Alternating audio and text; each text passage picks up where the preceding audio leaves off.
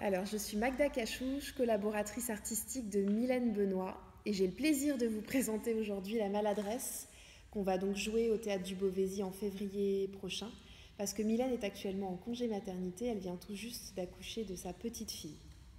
La Maladresse, au départ, c'est un trio pour une danseuse et chanteuse, Célia Gondol, et deux musiciens, Pénélope Michel et Nicolas Devos. Il y avait vraiment la volonté pour Mylène de créer une pièce chorégraphique qui prenne la forme d'un concert. Elle a eu envie de s'intéresser au niveau chorégraphique à tous les mouvements involontaires, incontrôlés du corps, ce qu'on appelle la dyskinésie, et notamment qu'on peut observer chez les personnes qui sont atteintes de la maladie de Parkinson. Et donc la volonté de prendre ces gestes, d'observer ces gestes comme un matériau chorégraphique et de le mettre sur un plateau.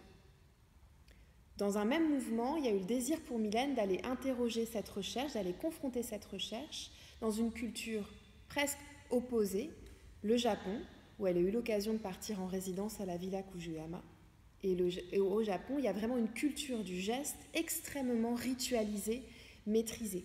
Toute l'équipe de La Maladresse a eu la chance de pouvoir rejoindre Mylène au Japon. On y a étudié danse et chant traditionnel. Et on a conservé le gagaku, qui est le chant de la joie que Célia va donner au début du spectacle en même temps qu'elle va danser. Une recherche autour du typhon qui va devenir le concert, qui est la troisième partie du spectacle. Et également une étude autour de la cérémonie du thé, toute la partie ritualisée qui sous-tend l'écriture entière du spectacle. Aujourd'hui, La Maladresse, c'est une partition vocale, chorégraphique, lumineuse, musicale, où viennent vraiment se tresser tous ces sens, toutes ces matières dans une forme très synesthésique, où les éléments viennent se mélanger et on se demande où la danseuse, à quel moment elle danse, elle chante, elle produit du son, elle produit de la lumière.